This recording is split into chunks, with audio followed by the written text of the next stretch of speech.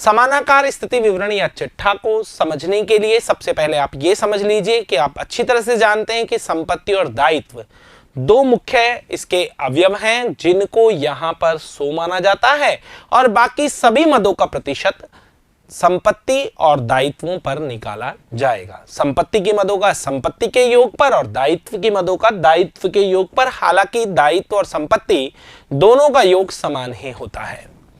इसके अंतर्गत कुल संपत्तियां या कुल दायित्व से प्रत्येक मद को प्रतिशत के रूप में प्रकट किया जाता है, यानी दायित्व की जो मदें हैं उन्हें दायित्व के प्रतिशत के रूप में और संपत्ति की जो मदें हैं उन्हें संपत्ति के प्रतिशत के रूप में प्रकट किया जाता है। कुल संपत्ति को 100 मानकर संपत्ति पक्ष की प्रत्येक मद का उससे प्रतिशत ज्ञात किया जाता है। इसी तरीके से कुल दायित्व को 100 मानते हुए दायित्व पक्ष की प्रत्येक मद का उससे प्रतिशत ज्ञात किया जाता है।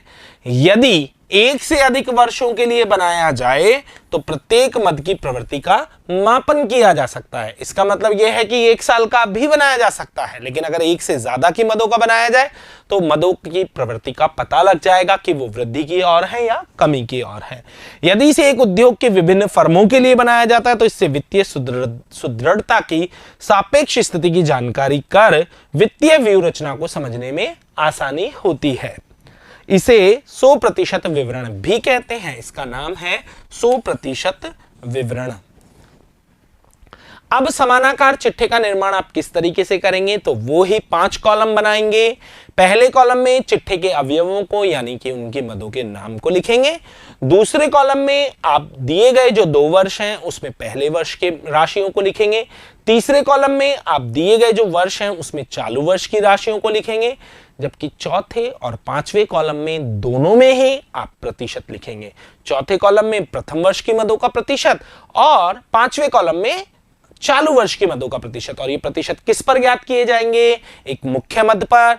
जैसे कि आय विवरण में आपने सभी प्रतिशत रेवेन्यू फ्रॉम ऑपरेशन पे ज्ञात किए थे, ऐसे ही आपको यहां पर चिट्ठे में सभी प्रतिशत आपको चिट्ठे के योग यानी कि संपत्ति एवं दायित्व के योग पर ज्ञात करने हैं। तो आइए बात करते हैं चिट्ठे के समानाकार प्रारूप की। अगर इसके प्रारूप की बात की जाए तो प्रारूप बिल्कुल उसी तरीके से है। 5 कॉलम आपने बनाए हैं। पहले कॉलम में चिट्ठे की मदों को आपको लिखना है, अवयवों को लिखना है। यहां पर हमने मेन हेडिंग्स को ही केवल लिया है, सब हेडिंग्स को नहीं लिया है। दूसरे कॉलम में पिछले वर्ष की राशियों को लिखा जाएगा। तीसरे कॉलम में चालू वर्ष की राशियों को लिखा जाएगा, जबकि चौथे और 5वें कॉलम में आपको प्रतिशत ज्ञात करने हैं। और वो प्रतिशत आपको किस पर ज्ञात करने हैं, जो संपत्ति और दायित्वों का जो योग यहां पर लिखा हुआ होगा उस पर ज्ञात करने हैं। इस वर्ष की संपत्ति दायित्वों पर और इस वर्ष की संपत्ति दायित्वों पर। और ये हमेशा क्या लिखे जाएंगे, 100 लिखे जाएंगे, क्योंकि इनका प्रतिशत आप निकालेंगे तो वो 100 ही आएगा। और इंटरनल जो मदें हैं उनका प्रतिशत इस योग पर आपको ज्ञात करके वो यहां पर लिखना होगा। तो आइए बात करते हैं आपकी पाठ्यपुस्तक के उदाहरण संख्या 7 की। निम्नलिखित सूचना से XRI लिमिटेड का समरूप तुलन पत्र तैयार कीजिए। किस तरीके का, आपको समानाकार चिट्ठा तैयार करना है। तुलन पत्र इस तरीके से आपको दे रखा है, जिसमें इक्विटी एंड लायबिलिटीज नाम की हेडिंग है। अंशधारक निधि में अंश पूंजी, आरक्षित एवं अधिशेष दिया हुआ है। गैर चालू देयता है यानी लॉन्ग टर्म बोरोविंग दे रखी है, किसमें, नॉन करंट असेट्स हेड के नीचे। करंट लायबिलिटीज के नीचे ट्रेड पेबल यानी व्यापारिक देय दिए हुए हैं। इसी तरीके से परिसंपत्तियों में अगर बात की जाए तो स्थायी परिसंपत्तियों में मूर्त और अमूर्त संपत्तियां दे रखी हैं, और साथ ही साथ गैर चालू निवेश और चालू परिसंपत्तियां। इन सभी मदों से आप ऑलरेडी वाकिफ हैं क्योंकि हमने वित्तीय विवरण में इन्हें पढ़ा है। अब अगर बात करें तो सबसे पहले आप सन को चेक करें, सन एकदम सही क्रम में दिए हुए हैं। तो आइए तैयार करते हैं समानाकार तुलन पत्र। आपकी बैलेंस शीट बनाने के लिए सबसे पहले हम अमाउंट्स को लिखते हैं। तो अमाउंट अगर देखे जाएं तो शेयर कैपिटल का अमाउंट है प्रथम वर्ष 15 लाख और दूसरे वर्ष 12 लाख।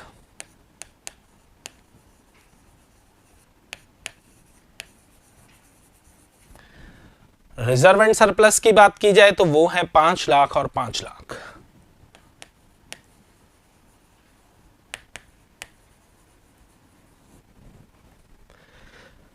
नॉन करंट लायबिलिटी में लॉन्ग टर्म बोरोविंग है 6 लाख और 5 लाख।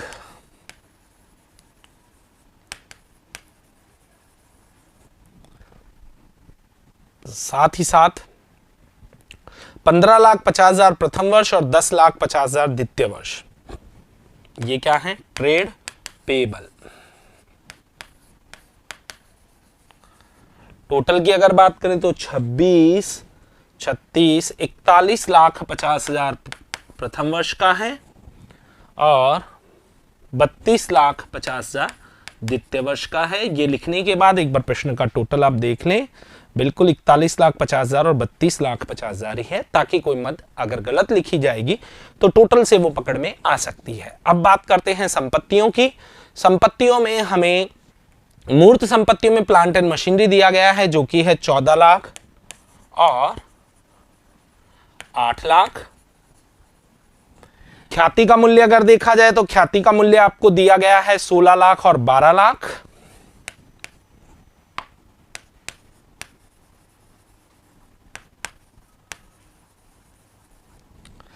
नॉन करंट इन्वेस्टमेंट जिनका दोनों वर्षों का मूल्य दिया गया है 10 लाख एवं 10 लाख। साथ ही साथ इन्वेंट्री जो कि है 1,50,000 और 2,50,000। योग को बिल्कुल आप लगाकर चेक करें। प्रथम वर्ष का 14, 16, 30, 10, 40, 41,50,000, जबकि अगले वर्ष का हम देखें तो ये आ रहा है 32,50,000। अब समरूप चिट्ठा आपको तैयार करना है तो पहले आप योग का प्रतिशत लिख दें। ये हर बार 100 ही होगा, संपत्ति और दायित्व का प्रतिशत। अब क्या करना है, इन सभी मदों का प्रतिशत 41,50,000 पे और इन सभी मदों का प्रतिशत इस 41,50,000 यानी संपत्ति या दायित्व किसी पर भी, और अगर बात की जाए इन सभी का 32,50,000 पे और इन सभी मदों का भी 32,50,000 पे, यानी कि संपत्ति और दायित्वों के योग पर आपको प्रतिशत ज्ञात करने हैं। तो आइए शुरू करते हैं। पहले प्रथम वर्ष के 15 लाख का प्रतिशत 41,50,000 पर निकालने पर पहला प्रतिशत होगा 36.14%। फिर 5 लाख बटा 41,50,000 गुणा 100 करने पर यह होगा 12.05%। इसके बाद अगला प्रतिशत आप निकालते हैं 6 लाख पर 41,50,000। 6 लाख बटा 41,50,000 गुणा 100 करते हैं तो लगभग प्रतिशत आता है 14.46%। अगला प्रतिशत अगर आप काउंट करेंगे तो 15,50,000 का प्रतिशत, 15,50,000 41,50,000 का कितना प्रतिशत होगा, तो वो लगभग होगा 37.35%। इसी तरीके से अगले साल की मदों का निकालने से पहले संपत्तियों को हम पूरा कर लेते हैं। 14 लाख का 41,50,000 पर होता है 33.73%।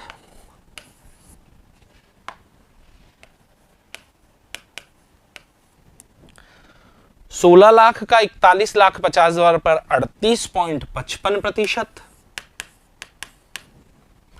10 लाख का निकालेंगे 41,50,000 पर तो 24.10%।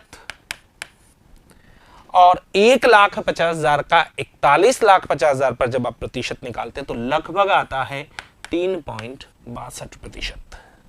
तो आइए अब बात करते हैं दूसरे वर्ष के प्रतिशतों की। तो 2017 के सभी प्रतिशत जो निकाले जाएंगे वो निकाले जाएंगे संपत्तियों एवं दायित्वों के योग पर, यानी कि 32,50,000 पर। तो पहला प्रतिशत होगा, पहले प्रतिशत की अगर मैं बात करूं तो 12 लाख रुपए का प्रतिशत निकाला जाएगा और वो निकाला जाएगा कितनी राशि पर, 32,50,000 रुपए पर। तो 12 लाख बटा 32,50,000 गुणा 100 कर जब आप प्रतिशत निकालते हैं तो ये प्रतिशत लगभग आता है 36.93%। अगला प्रतिशत 5 लाख का निकाला जाएगा 32,50,000 पर। 5 लाख बटा 32,50,000 गुणा 100 करने पर 15.38% आपके दूसरा प्रतिशत निकल कर आता है, जो कि है रिजर्व एंड सरप्लस का। अगला प्रतिशत जिसमें लॉन्ग टर्म बोरोविंग जो कि दे रखी है 5 लाख रुपए, और जब इसका प्रतिशत आप ज्ञात करते हैं तो वो भी होगा 15.38%। एंड दायित्व पक्ष का अंतिम प्रतिशत 10,50,000 रुपए जो कि दे रखा है ट्रेड पेएबल की राशि, और दायित्व पक्ष का योग है 32,50,000। तो 10,50,000 का 32,50,000 पर जब हम प्रतिशत निकालते हैं तो यह प्रतिशत आता है 32.31%। इसका टोटल शो कर देंगे। इसी तरीके से संपत्तियों का प्रतिशत निकालेंगे, और संपत्तियों का प्रतिशत भी निकाला जाएगा 32,50,000 पर, क्योंकि संपत्तियों का योग है 32,50,000। तो पहली संपत्ति प्लांट एंड मशीनरी जिसका मूल्य दिया गया है 8 लाख रुपए। 8 लाख का प्रतिशत 32,50,000 पर जब आप निकालते हैं तो यह आता है 24.62, और गणना आप करेंगे 8 लाख बटा 32,50,000 गुणा 100। अगला प्रतिशत 12 लाख का निकाला जाएगा 32,50,000 पर, जो कि प्रतिशत होगा 36.92%। 10 लाख बटा 32,50,000 गुणा 100 करने पर आपका प्रतिशत निकलकर आता है 30.77, जो कि करंट इन्वेस्टमेंट का प्रतिशत होगा, नॉन करंट इन्वेस्टमेंट का प्रतिशत होगा। इसके बाद अगर बात की जाए तो लास्ट एंड फाइनल मद जो कि है इन्वेंट्री 2,50,000 रुपए, और इसका प्रतिशत भी 32,50,000 पर निकाला जाएगा। तो 2,50,000 बटा 32,50,000 गुणा 100 करने पर प्रतिशत आता है 7.69%, और कुल योग कर दीजिए 100। तो समरूप वित्तीय विवरणों में आपने मुख्य तौर पर देखा कि जब हम आय विवरण बनाते हैं तो उसका जो प्रतिशत निकाला जाता है वो मुख्य मद रेवेन्यू फ्रॉम ऑपरेशन यानी कि संचालन से आय पर निकाला जाता है, और जब हम समरूप चिट्ठा, तुलन पत्र या स्थिति विवरण बनाते हैं तो इसका प्रतिशत संपत्ति और दायित्वों के योग पर निकाला जाता है, जो कि समान होता है। आप कह सकते हैं सभी प्रतिशत संपत्तियों पर निकाले जाते हैं या फिर सभी प्रतिशत दायित्वों पर निकाले जाते हैं, क्योंकि दोनों की राशि समान है। तो ये आपका समानाकार चिट्ठा भी कंप्लीट होता है।